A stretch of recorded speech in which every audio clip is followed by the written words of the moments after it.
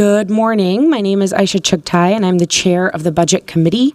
I'm going to call to order our adjourned meeting for Tuesday, September 16th, 2025. Before we begin the meeting, I want to offer a friendly reminder to all members, staff, and the public that these meetings are broadcast live to enable greater public participation.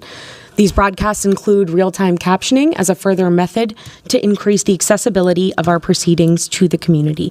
Therefore, all speakers need to be mindful of the rate of their speech so that our captioners can fully capture and transcribe all comments for the broadcast. We ask all speakers to moderate the speed and clarity of their comments. At this time, I'll ask the clerk to call the roll so we can verify the presence of a quorum. Councilmember Payne is absent. Councilmember Wansley is absent. Rainville. Present. Vita. Present. Ellison. Absent. Osman. Absent.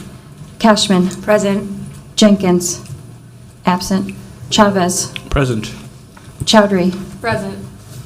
Palmisano. Present. Vice Chair Koski. Present. Chair Chugtai. Present. There are 8 members present. Let the record reflect that we have a quorum. I will also remind my colleagues that we will be using speaker management today, so please make sure to sign in. Colleagues, we have 3 presentations today related to the mayor's recommended 2026 budget from the Office of Public Service, the Assessing Department, and the Arts and Cultural Affairs Department. I'll now invite Margaret Anderson Kelleher, Office of Public Service Chief Operations Officer, to join us and begin our first presentation. Welcome. Good morning, Madam Chair. Margaret Anderson Kelleher, City Operations Officer for the City of Minneapolis. And I will begin. This shows our structure, committee members. Obviously, the reporting structure here is for me directly to the mayor, and then the number of departments below 17, which also includes, and we'll go over here to just show you the breadth of this. The Office of Public Service oversees the non-public safety departments in the city, all of them, in the executive branch. The COO and the deputies, and I will say we also include in our deputies the PW director for planning purposes and the civil rights director, who also report directly to me. That includes 2,700 employees of the little over 4,000 employees in the city of Minneapolis. The lines of service are clustered into areas that can foster cross-collaboration between the different departments, which is very important. And each of these lines of service represent hundreds of employees underneath them. Then directly to our office is organized in this way. So we have administrative support. We have the DCOO for communications and engagement, Laura Mellum, Deputy COO for Internal Affairs, Saray Garnett-Hahuli, and DCOO Brett Jelly over Development and Health and Livability.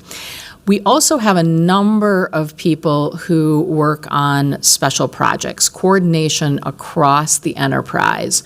So you would know them as folks like Mr. Cato, who has led a number of projects on our behalf, as well as Jessica Stone, who is the coordination person between a number of departments on the Climate Legacy Initiative. I am going to keep moving here. You can see our mission up here. Our mission is to provide that service of efficient, effective, equitable, high-quality services to all who live, work, and play in Minneapolis. An important piece of that is our work with all of you as city council members and your staff, as well as with the mayor and the mayor's staff as well.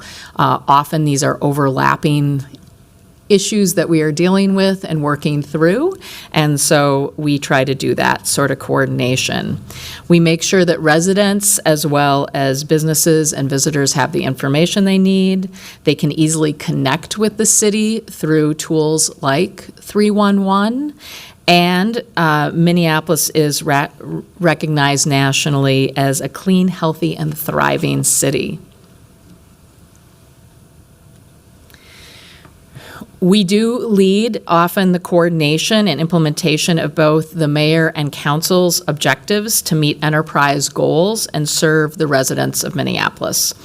We provide that executive leadership to our other departments who are reporting up through these lines of business, and that is important here, that it has increased accountability.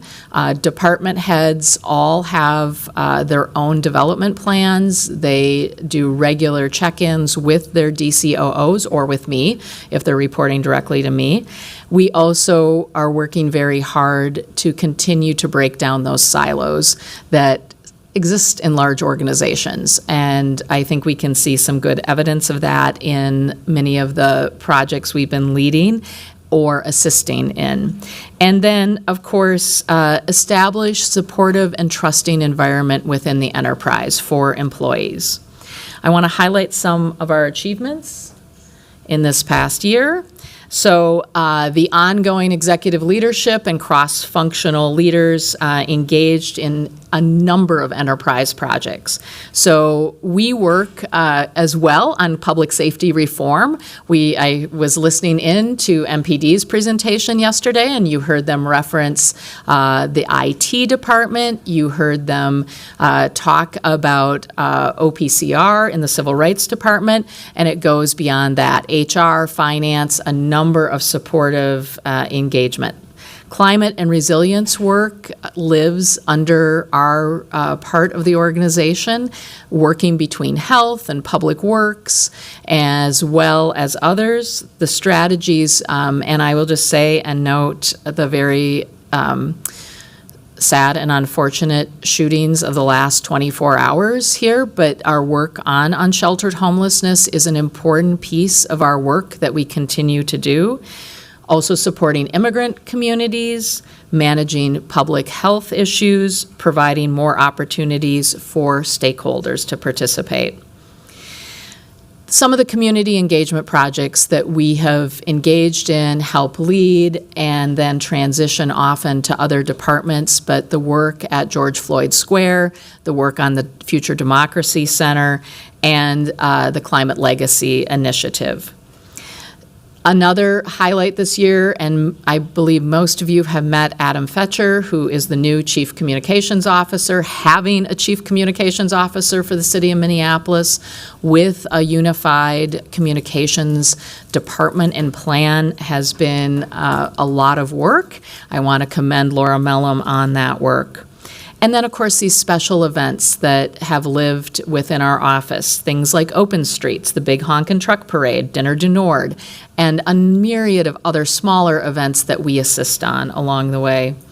And then we have been working very closely with the clerk's office on materials for the onboarding of elected officials after this year's election, and that is both on the executive and the legislative side. The risks that we face as a city are, of course, many, but I want to highlight a couple of them. Risk to federal funding and what could happen, although I will say, knocking on some wood, we have been able to largely keep our federal funding flowing. Budget challenges, just the very challenges all of you are talking about, the change in commercial industrial property valuations, the shift to homeowners and renters, those are things that are a risk. And then, of course, as you have all witnessed too, just like us, and been part of, unanticipated emergencies that can affect how we're all operating. We are working on our outcomes Minneapolis, so these are some of our proposed outcomes. As we have talked about before with outcomes, we need some time to be able to measure, but In the executive management area, making sure that the percent of OPS departments that are meeting at least 75% of their outcomes Minneapolis measures is going to be one of our measures. Project management, you can see a number of things listed, and our strategic initiatives and special events area. The QR code will take you to an older document of ours, but still a relevant document since we are in process of working with PMI on these goals. Our budget. We have existed since 2023 as a department, and you can see there's some variability in these budget numbers. I will point out in 2024, we had a fair amount of one-time money for projects. That is where you saw the bulk of money that went towards George Floyd Square planning. There were some ARPA dollars. I believe there was even a little bit of public safety money in there. And then that rolled off in 2025. And you can see that we have slight growth in the 26 recommended budget. We are a department of people. We do not have a lot else in our department. We have really one program, and that has been Open Streets as our program, and so we'll talk a little bit more about that. But you can see most of this lives in salaries, wages, and the fringe. We've had no turnover in this department. We have 0 vacancies. We've had a very stable team, and I think that is overall a very good thing. And so you can see that we have 12 FTEs here, and that stays the same in the recommended budget.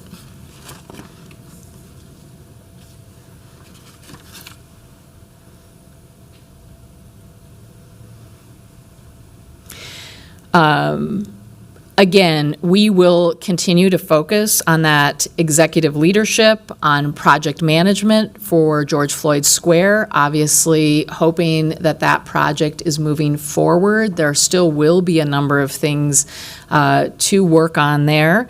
The Democracy Center has been transitioning over to leadership in the clerk's office. We still provide a supporting role there. The Climate Legacy Initiative, special events and initiatives that will continue going forward. So those things are not changing.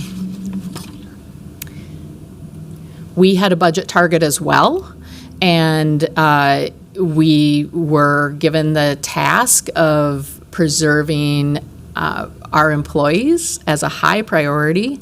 We really have only one place to go, and that is the Open Streets program. And so this is a reduction in Open Streets, and what it would mean is that we will reduce to 3 open streets for next year should the proposed budget be adopted. We will also scale back the dollars that are reserved for city services at Open Streets. I think as we have transitioned this program to be in-house, what we have learned is that we need some money to be able to provide the hard costs like restrooms and other things. We do still provide and plan on providing a full $65,000 in-kind costs to Open Streets to be able to produce the 3 open streets.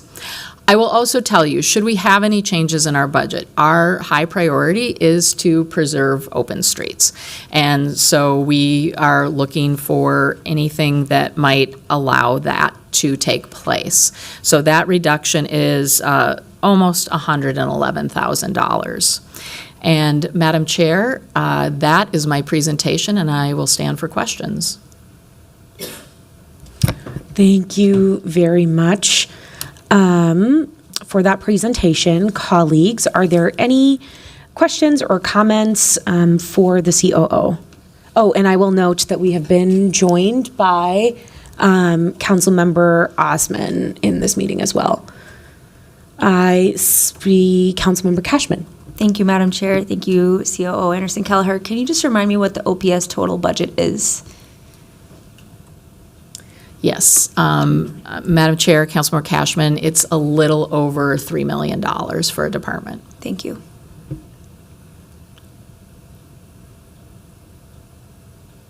I'm not seeing anyone else in queue. And so with that, I want to thank you for coming in to present your recommended 2026 budget. I'll direct the clerks to file that report. And thank you again. With that, we will move to our next presentation from the assessing department. And for that, I will invite Rebecca Malmquist, our city assessor, to join us and begin that presentation. Welcome.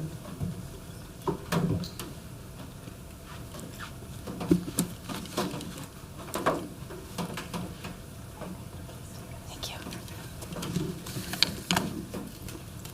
We didn't go over this step, whether I was supposed to change the slides or not. Thank you. Good morning, Chair Chugtai and committee members. My name is Rebecca Malmquist, and I have the great honor and privilege of serving as your city assessor for the city of Minneapolis.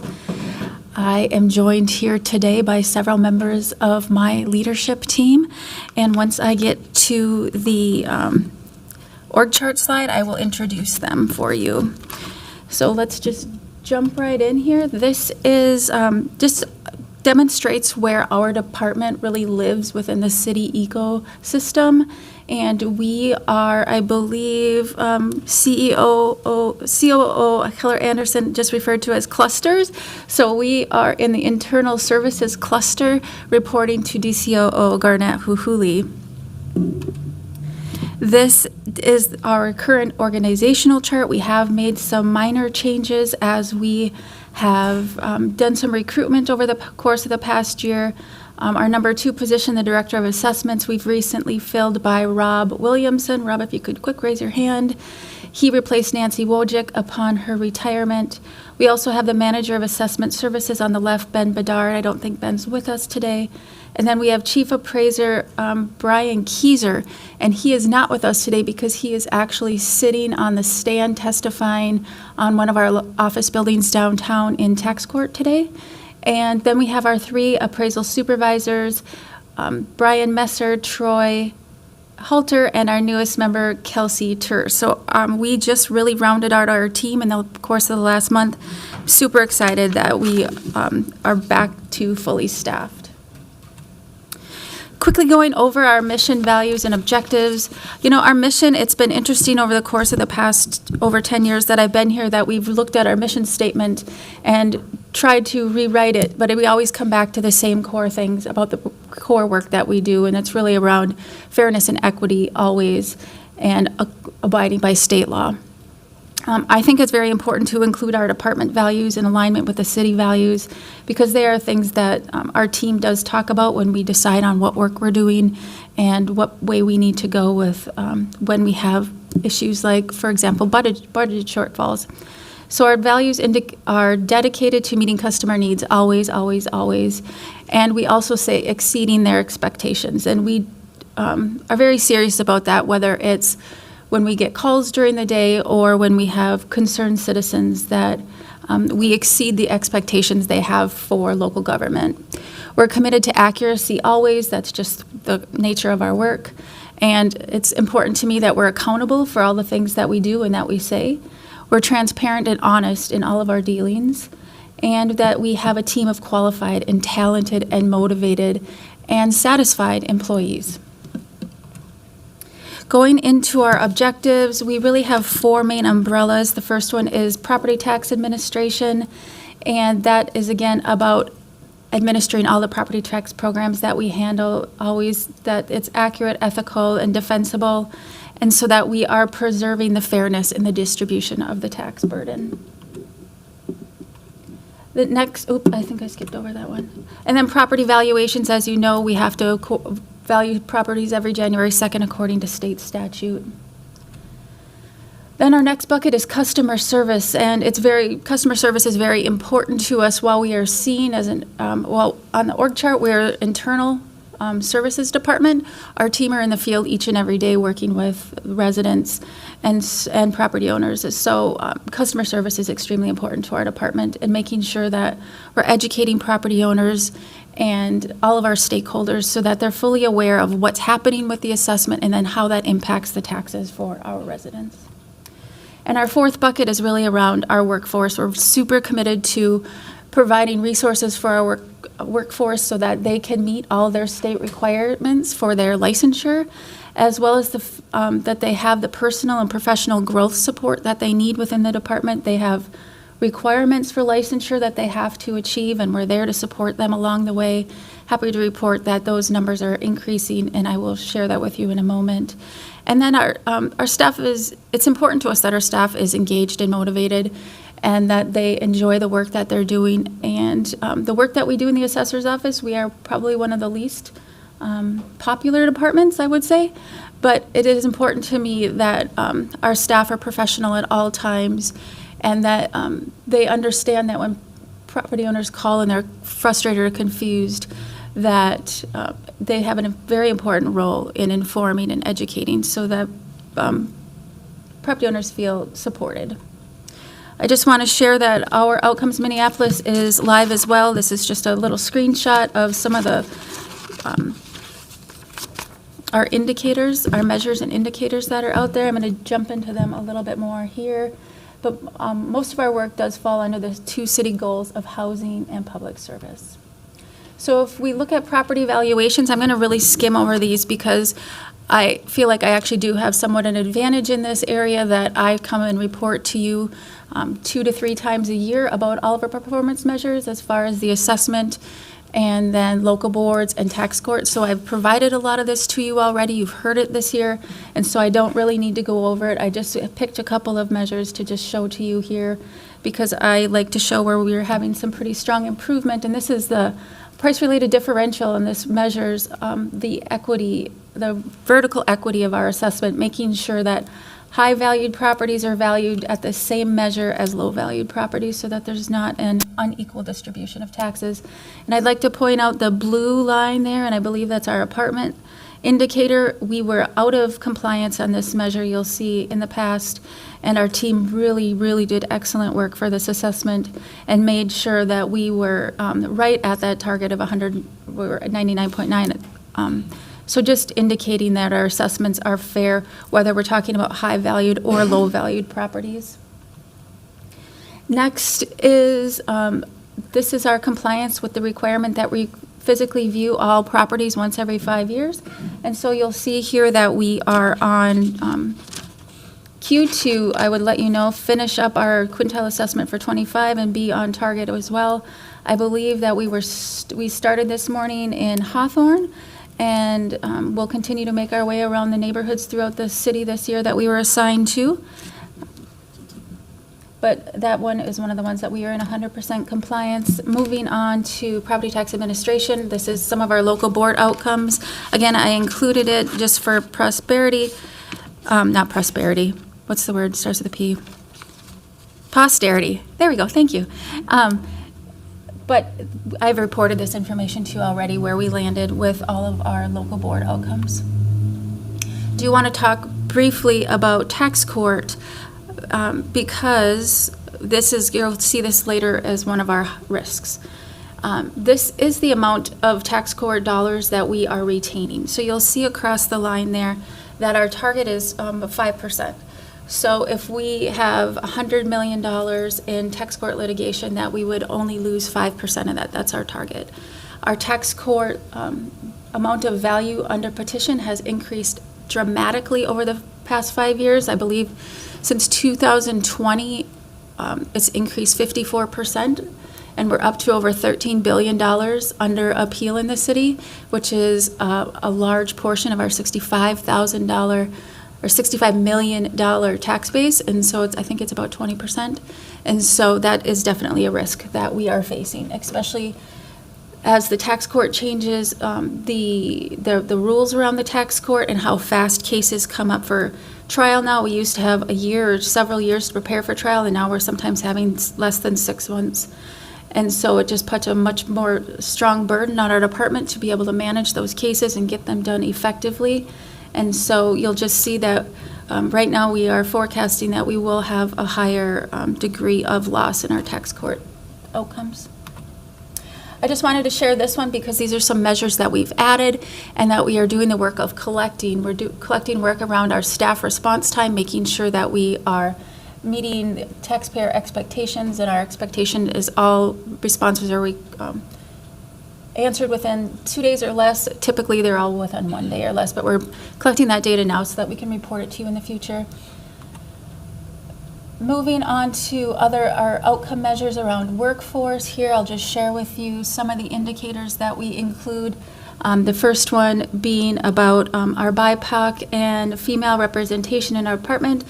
While we are still coming short, I think it's important to report on that every year just so you can see where we're at and you can know that it is a priority of our department. Staff retention is also important to us because historically what we've been doing is Minneapolis is people want to come and learn and experience the vast amount of property types that we have here in the city. But what they would do is they would come here, we would train them up for 3 years, and they would leave and go to a suburb where they were being paid more and perhaps sometimes had less work. And so we are very proud to report that we have 84% of our employees have been here with us over the past 3 years.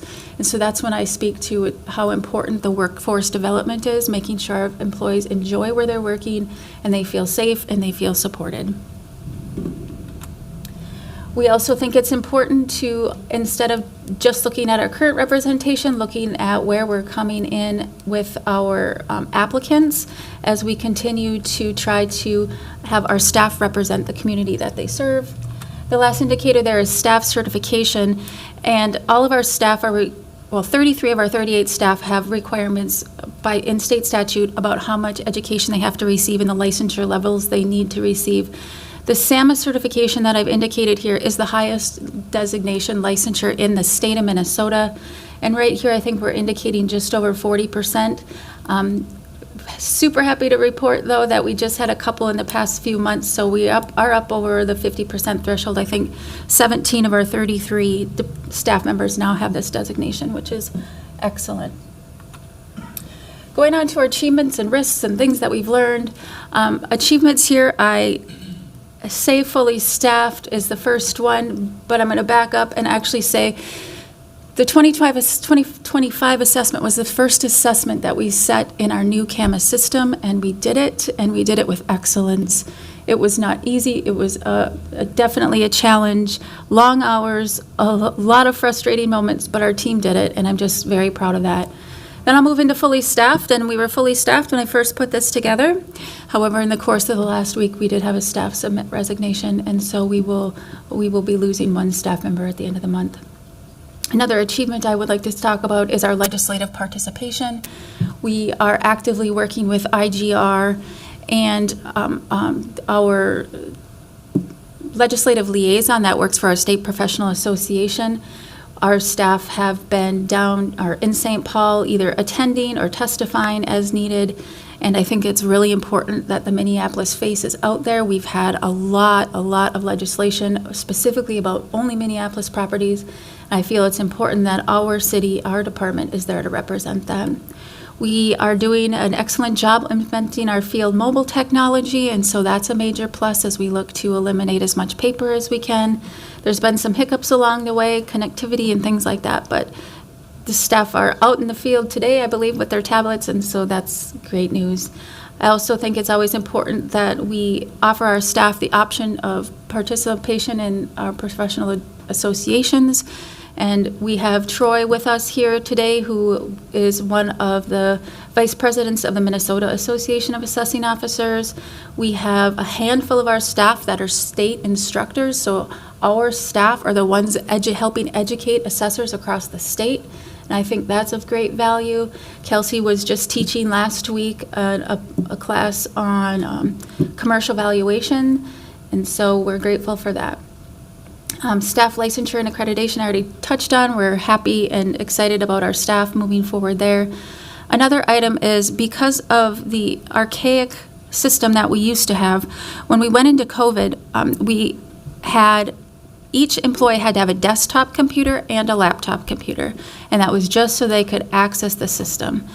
And so now then they also have a tablet. So within the course of the last month, we now have removed all desktop computers. So most staff have 2 devices, and we're working with IT right now to come up with a single device solution.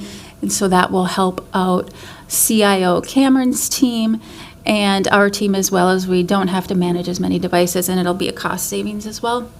And then I also think it's important that we recognize how much collaboration we have here within the city with other departments, CPED, Reg Services, Clerk's Office.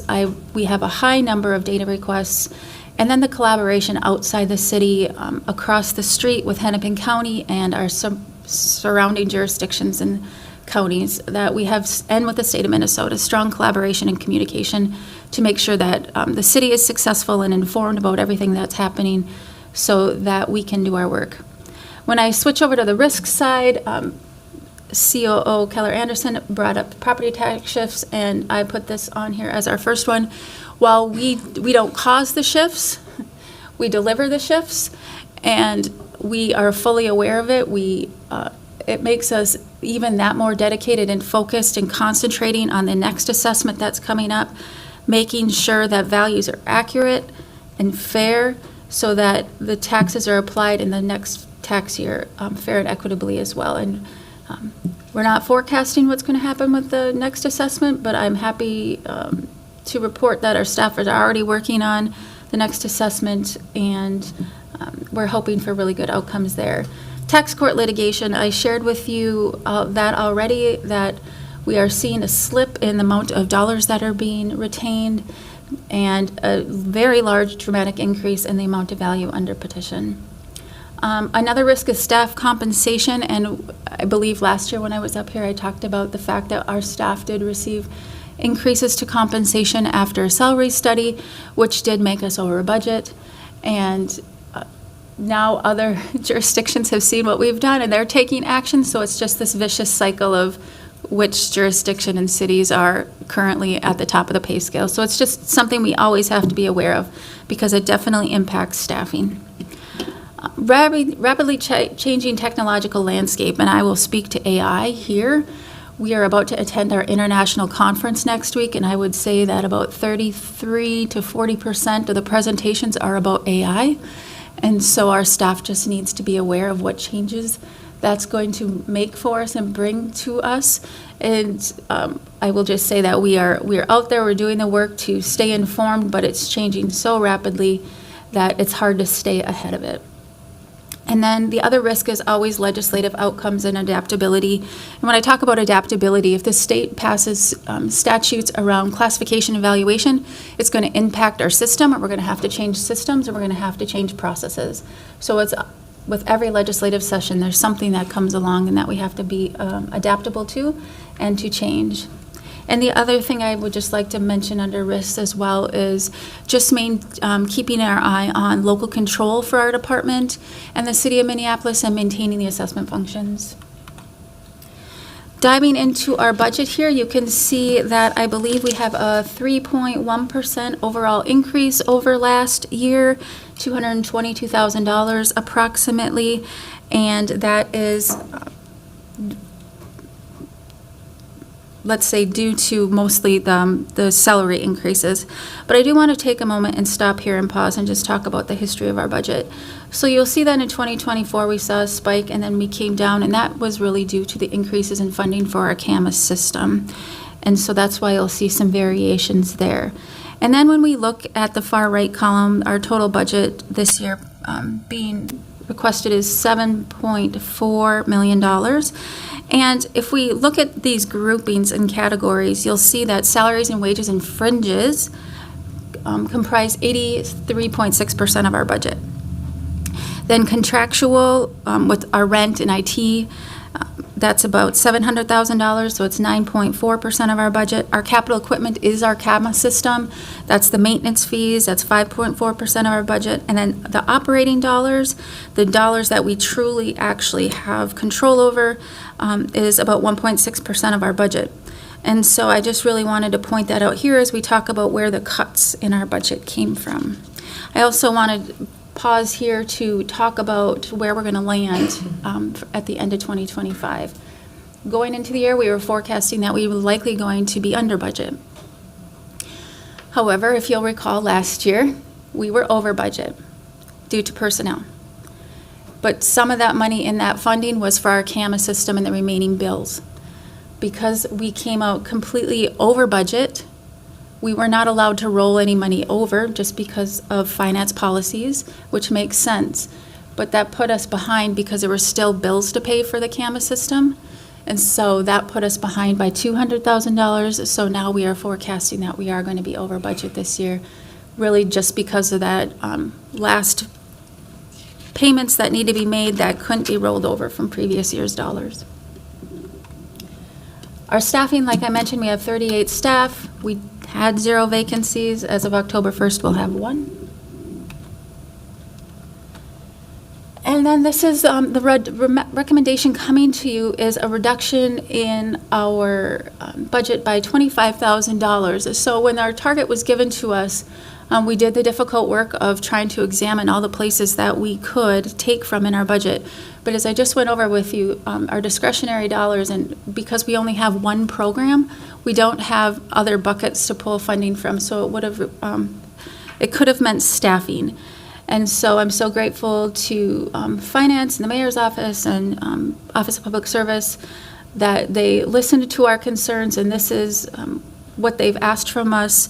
And we will take these budget cuts from our professional services line and maybe some the contractual. And so when we need resources as far as consulting with an appraiser or other things like that, professional development, we will take the funding from there.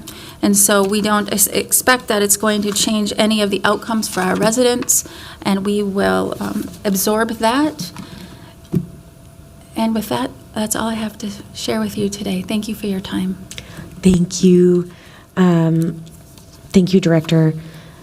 Are there any questions or discussion from members of the committee related to this presentation?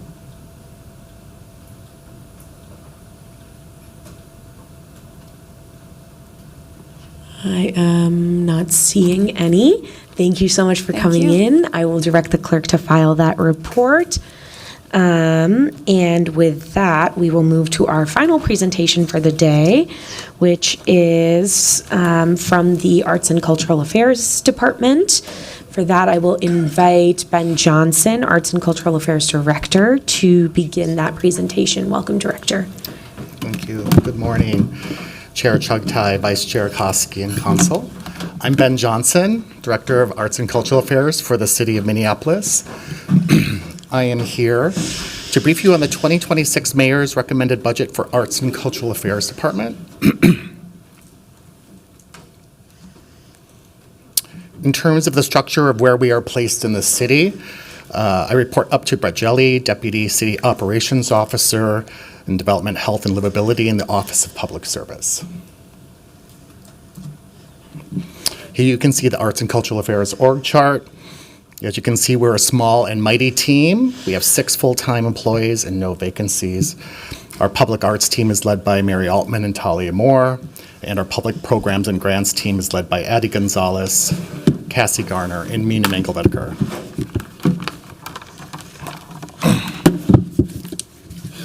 Excuse me.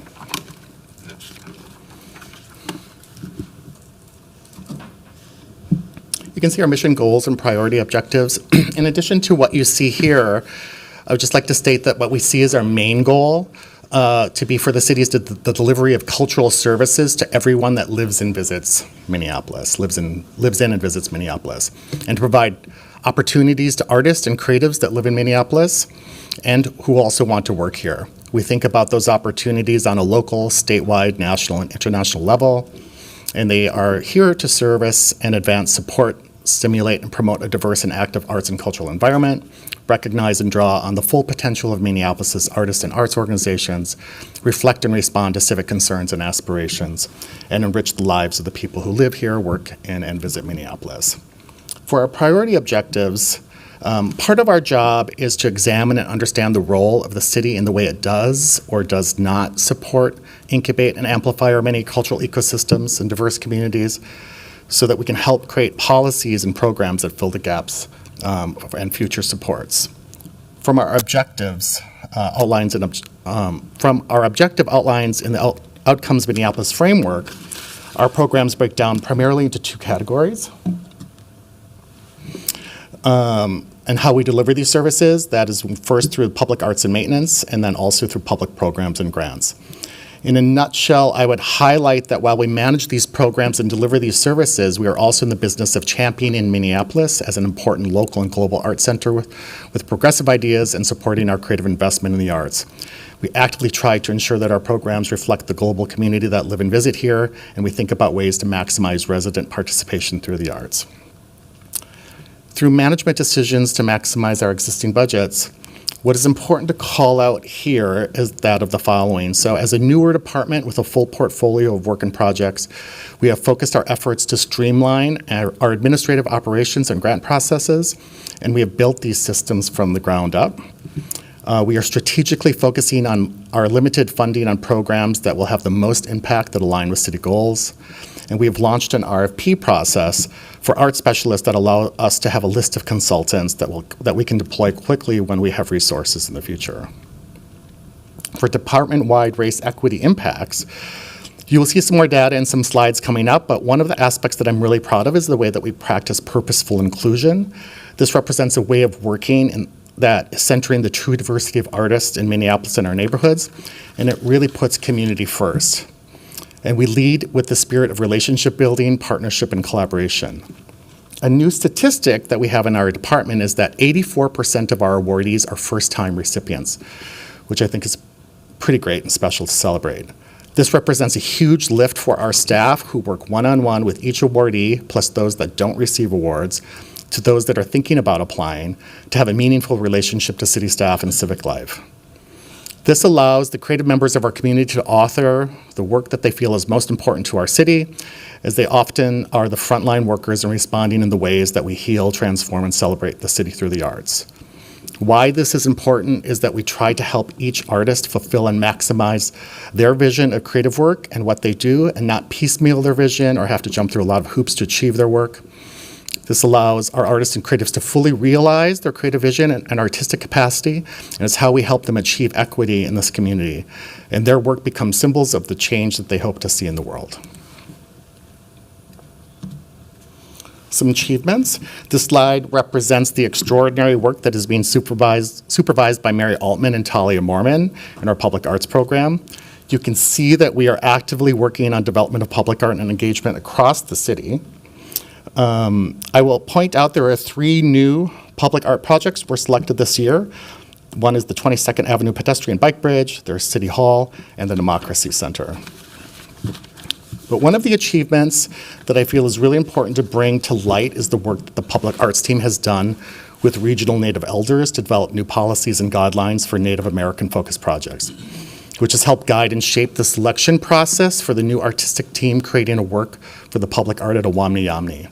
It's a little hard to see on this slide, but those values are listed on the right side of the slide. But to bring visibility to those values, I will state them here, which is quickly to recognize the lasting resilience and influence of Native people, cultivate collaborations, inclusivity, and shared success, center Dakota values, stories, and voices, build collective relationships to land and water, and support the growth of Native artists. Some of the achievements in public programs and grants, just to highlight a couple of those.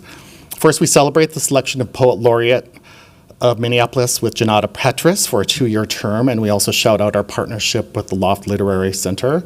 And we are actively working on a wall of poetry for the new City Hall, and we are in development with a new event called A Gathering of Poets, which will be a biannual gathering of poet laureates across the state and the Midwest. We also distributed awards through our Cultural District Arts Fund program and our Vibrant Storefronts initiative, with announcing 8 new Vibrant Storefronts this past week in downtown, First Avenue, Loring Park, in the heart of Uptown, and 65 project grants across the 7 cultural districts. We also responded to the Cole Center for Dance Closure by working collaboratively with CPED to select a new operator for the Coles, which is Arts Nest and the Xenon Dance Company. Plus, we finalized the contracts with Minneapolis Public Schools to sustain the former Coles Dance Education Program and distributed the Bridge Fund for Dance Awards to 41 awardees. And we have done a lot of work to rebuild the connectivity of our arts sector by creating ongoing intergenerational and cross-sector arts leadership networking and community building events that also promote our work in the city. We did this successfully last month by creating a really successful art walk for our first 5 Vibrant Storefront awardees, which helps bring visibility to the program and showcase our investment. Risks and lessons learned. There are a number of risks that really affect our work as we respond to issues both locally and nationally. Just to highlight a few, I would like to state that the demand for our services and the resources and the needs of our arts ecosystem far outweigh what we are able to provide. But the little that we are able to provide is seen as really important symbol of our values to our city as we support the arts, especially when on the national scene they have been dealt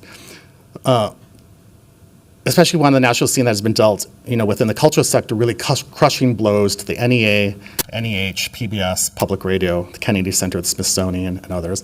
And our community really feels that. Our community feels it, and they're feeling that their work is really even more important and urgent because of it, yet there's increasing pushback on public art and art projects that some feel that perhaps they are not necessary or controversial, activist-oriented, or identity-based.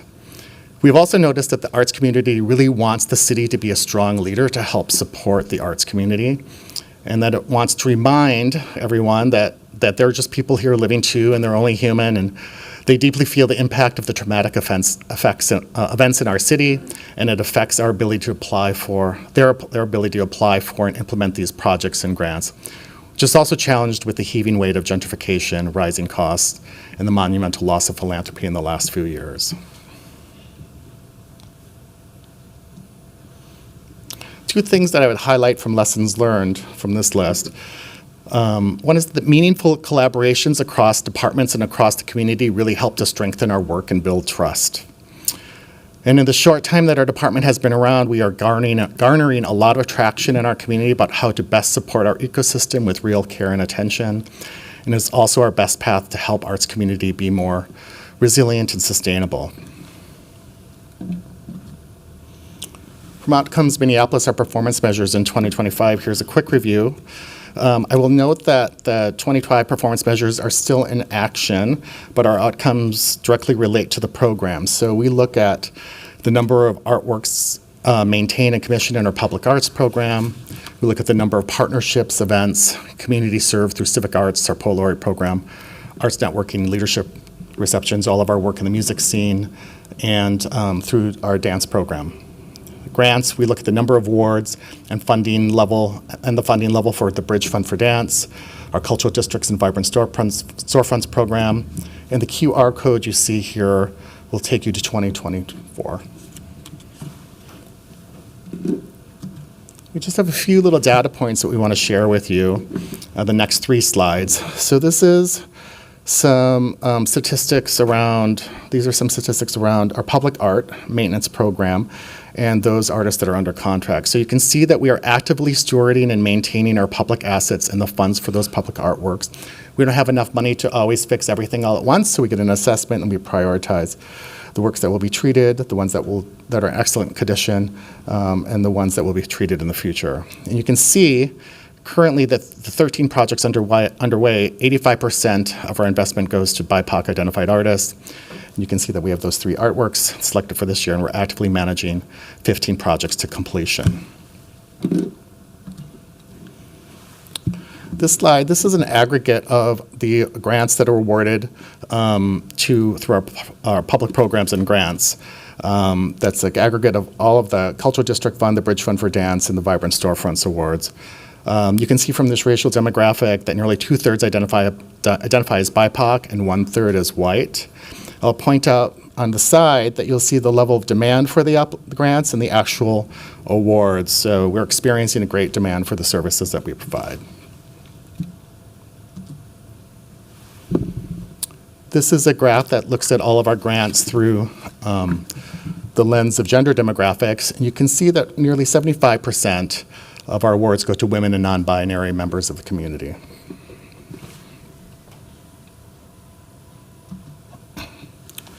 For our performance measures, you can see there, as we stated just previously, there are 4 main ways to measure our success. So we look at public arts. It's based on maintaining our art and our commissions. For grants, it's about the number of grants we can get to completion and grant management and fulfillment. For events, it's the number of galvanizing activities we support. And for partners, it's the number of partnerships we manage to deliver the success for all of the above.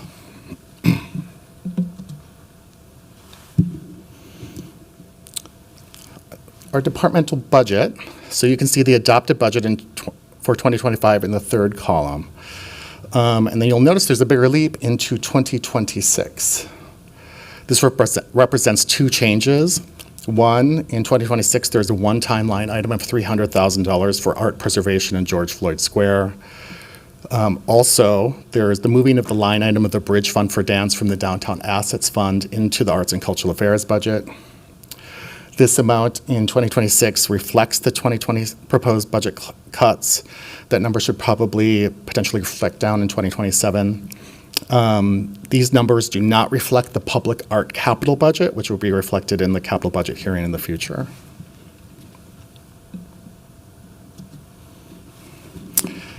So this is our budgeted FTE summary. We have 6 staff and we have 0 vacancies.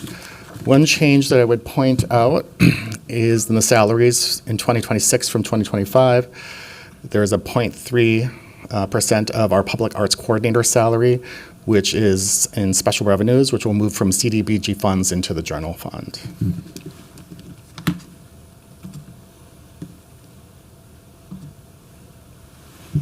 So some program updates. So we covered these earlier, but just to highlight quickly some of the items. First and foremost, we champion the arts. We foster sustainability, creative growth, and placemaking. Our delivery of services is in the form of our programs, which is Vibrant Storefronts, Cultural Districts, Bridge Fund for Dance, Poet Laureate, Public Arts and Maintenance. Our metrics of success include tracking the number of commissions, grants awarded, partners engaged, and number of events. I'd also state that there is a level of work that is about relationship building and community cultivation. And that is a lot of time that we spend out in the community, meeting with artists, attending events, and being an active participant in the cultural life of the city so that we can see and feel firsthand how artists are being served and how audiences in our community is engaging with the city. And it's how they're responding to the paradigm shifts that we're all feeling.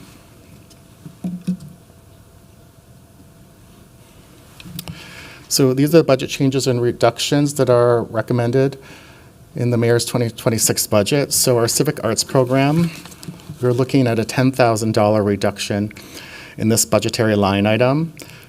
This is the funding that's about connecting our arts community to civic life. This helps us support any city or statewide gatherings, convenings, important conversation, and galvanizing events. Example of these events include the National Independent Venue Association Conference, which is coming here next year, the work that we've done on the Minneapolis Music Summit and our music survey, the upcoming Chorus America Conference, the 7th World Conference on Remedies to Racial and Social Inequities in the Arts. We're also looking to support the Flickr Festival, which will bring 20,000 photographers to Minneapolis. This past year, we helped support the State of Black Design Conference, Artists for Understanding Symposium, and several arts leadership convenings. Our cultural district funding. So in 2025, we have $100,000 per district. In 2026, we are looking at a reduction of $105,000 or $85,000 per district. We are recommending to end the ambassadors program, which is $15,000 per district. But this decision is partially based on the extraordinary demand that we're receiving in each of the districts, and part of the role of this ambassador was to help cultivate demand, and so we think that we've achieved demand. This work will now be assumed by our staff internally. I will note that the level of funding for the festivals remains the same in both years. So we will continue to fund at the level that we did this year for festivals, cultural spaces, and activations. For Vibrant Storefronts, this is a recommended reduction of $375,000. We had budgeted for 15 spaces, and we are proposing to reduce that down to 10 spaces. So a reduction of $250,000. Plus, we had budgeted some support for marketing and branding all of our cultural districts. All of our vibrant storefronts. Plus, we had some funding for ongoing downtown storefront activations on Nicollet Avenue, which was part of our vibrancy efforts. This funding, though, still allows for us to manage 13 sites across the city, and the remainder of the funds will be repurposed into our priority grant programs, and we'll lean into more in our social media marketing to help with promotion and figure out ways that we can support the awardees. For non-personnel reductions, we are proposing a reduction of $17,344. This is the reduction in the funds that we have available for marketing research, design, surveys, web communication, newsletter, consultants, and event management. We also use this as a space for publications, strategic planning, advocacy, and the development of new programs in the future.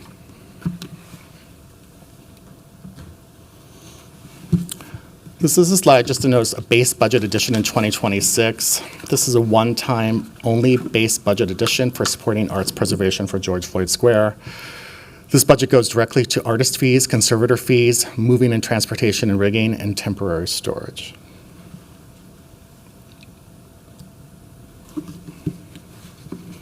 With that, that concludes my presentation. I do think that this budget best reflects the priorities of ACA, the ACA program, the mayor's recommended budget, and we still deliver the services within our department. Wonderful. Thank you for that presentation, Director Johnson.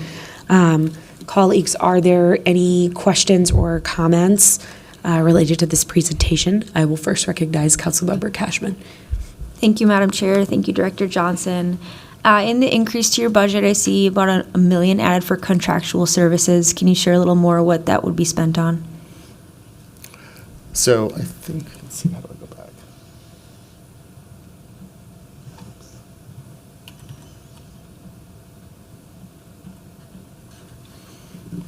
So that reflects the $1.15 million of the Bridge Fund for Dance Fund, which is currently in downtown assets, and it'll be moved to our budget in 2026, plus the one-time only $300,000 for the George Floyd Square arts preservation. Thank you. And the one time for art preservation at George Floyd Square, why did you choose one time instead of ongoing? I think that it's, through Chair Chugtai to Councilmember Cashman. This is one time only because that's the funding that we thought was needed for the preservation of everything that is related to the renovation of the street. So that was our best estimate at the time. Okay. So it is. There won't be ongoing beyond that. So it's for the time of street reconstruction. Right. Which will be just a 1 year. Well, it's prepare to deal with all of the art preservation on the street. So managing that process in real time. Okay, thank you.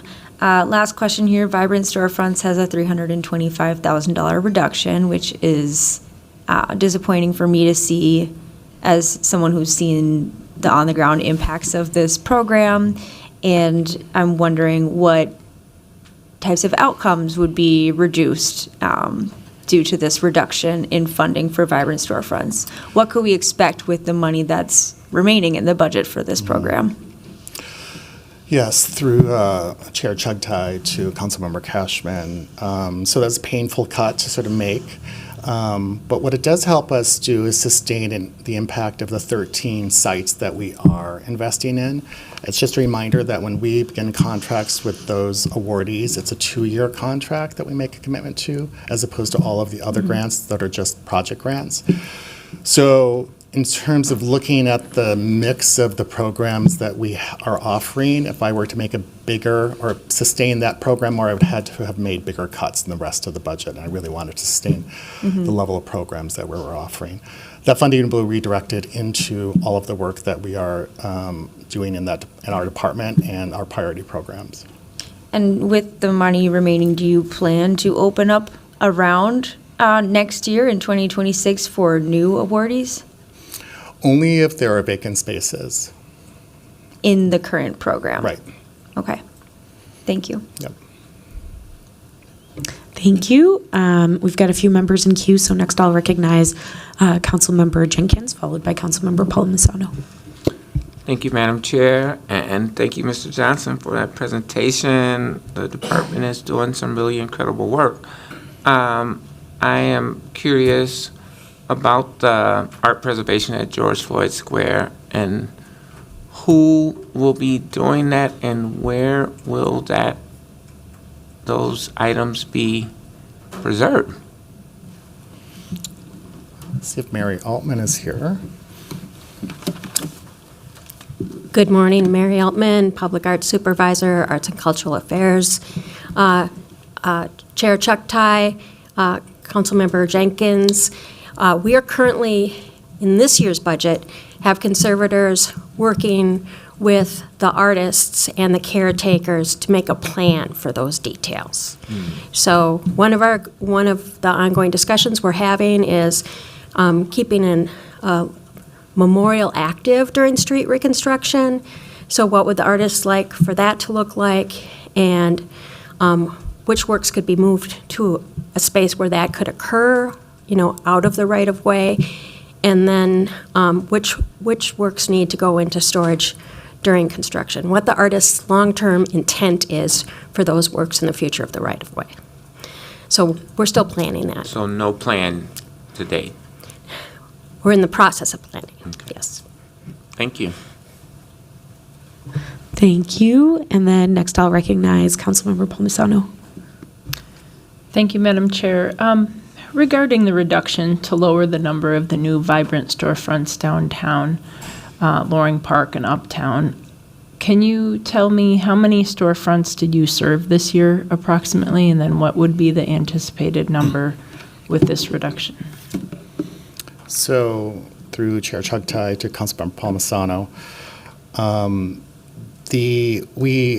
last year we started with 5 awardees. We had plans to support 15 this year, but we were reducing it to 5. We had applications and awards that were eligible for 10. We awarded 10. 2 at the last minute fell through. So we moved forward with the 8, and our plan is to sort of either replace those 2 or take those funds to help support the remaining 13. Okay. And then this was in the budget book, but you didn't mention it quite during your presentation, so I can follow up if needed. But the transfer of about $1.2 million for Kohl's Center operations, is your current staffing level going to be able to accommodate the supervision of this contractor, or is that something that's going to need extra support? No, thank you for that question, Chair, through Chuck Ty to Chair Councilmember Palmisano. So that is the Bridge Fund for Dance program. And within that program, we have a contract with Minneapolis Public Schools for $350,000 per year. We have $450,000 for grant for our Bridge Fund for Dance. We're also starting a workforce development program to support more diverse and younger production tech with the Kohl's Center for Dance. We also have funding for marketing and branding supporting all of the activity of the awardees of this program and within the school system. And that's how we're planning to utilize the funding, is to contract it out. The one that we manage most significantly is the Bridge Fund for Dance, which we manage internally. Okay. Thank you. Wonderful, thank you. And then I put myself last in queue. I just had a couple questions for you going off of what has been brought up so far. So I'm really trying to wrap my head around this cut to vibrant storefronts. I can really appreciate and fully understand the logic of I could either make a cut here, or I could make a cut, far more significant cuts to all of these other programs that also provide a lot of value and bring investment to the public arts. And so, this is the choice that I made. But I'm trying to wrap my head around this. So help me understand. I understand that we subsidize storefront rent on a 2-year cycle for all awardees of this program.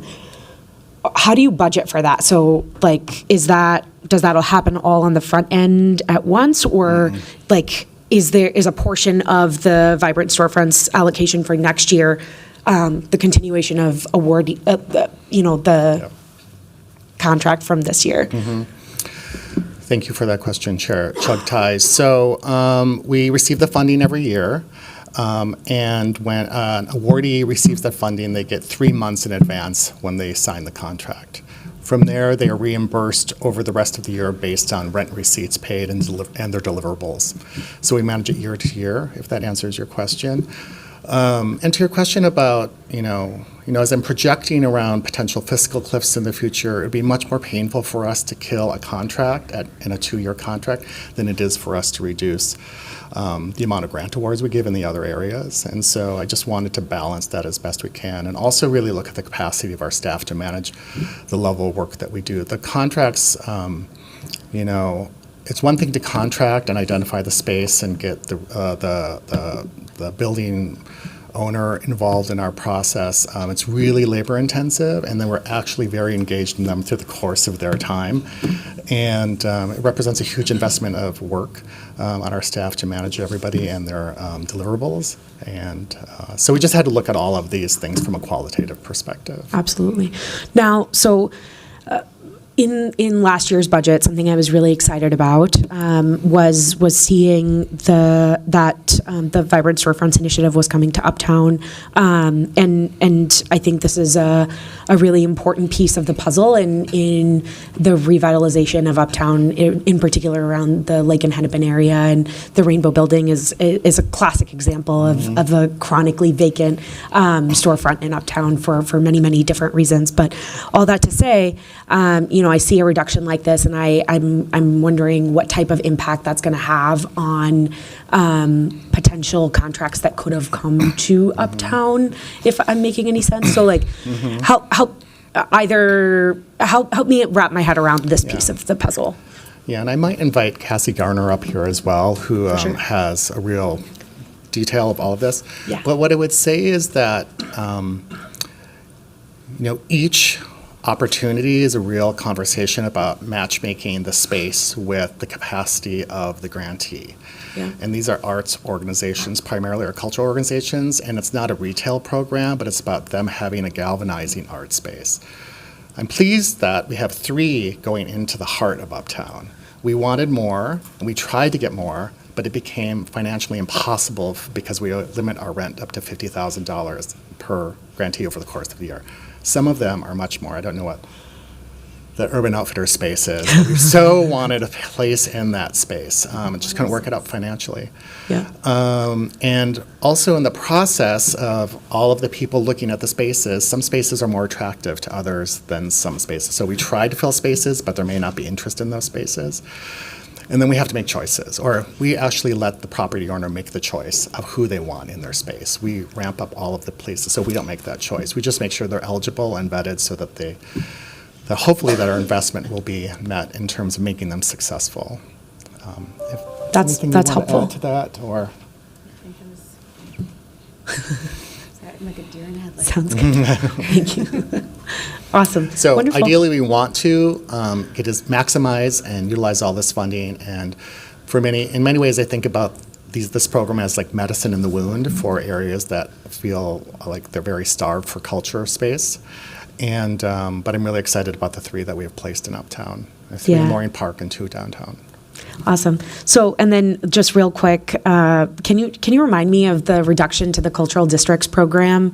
I think that's an FTE. Yes. Yep. Sorry. Can you give me some background on that? I can't remember when that investment was made. And So for the cultural district program, it represents a reduction of $15,000 per district, which was the cost of each ambassador. The ambassador was to be identified as this important member of that community who would organize all the arts and cultural organizations in that community, have quarterly gatherings to talk about collaboration, future programming, and just what's happening in their community. It's meant to be a community cohesion strategy as well.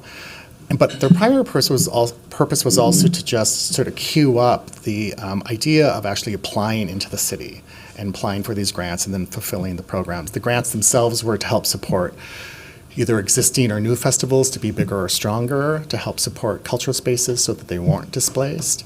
Oftentimes those spaces are the anchors for those communities, as well as arts activation, which is really about investing in creative ideas for their neighborhood. The demand was so extraordinary for our grants that it seemed a little bit like an overinvestment in that, even though I really appreciate that we have arts leaders in our community helping support us. And what I wanted to preserve was actually the funding that's going into the grants area, more than, the administrative part of planning all these quarterly meetings. Yep. Yeah, that makes sense. Wonderful.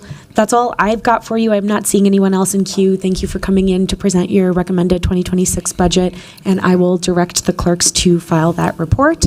And with that, colleagues, we have concluded all business to come before the committee this morning, and without objection, we stand adjourned until our next meeting, which is this Thursday, September 18th at 10 a.m., where we will receive department budget presentations prepared by the 311 Service Center, Neighborhood and Community Relations, and Communications departments. Thank you all.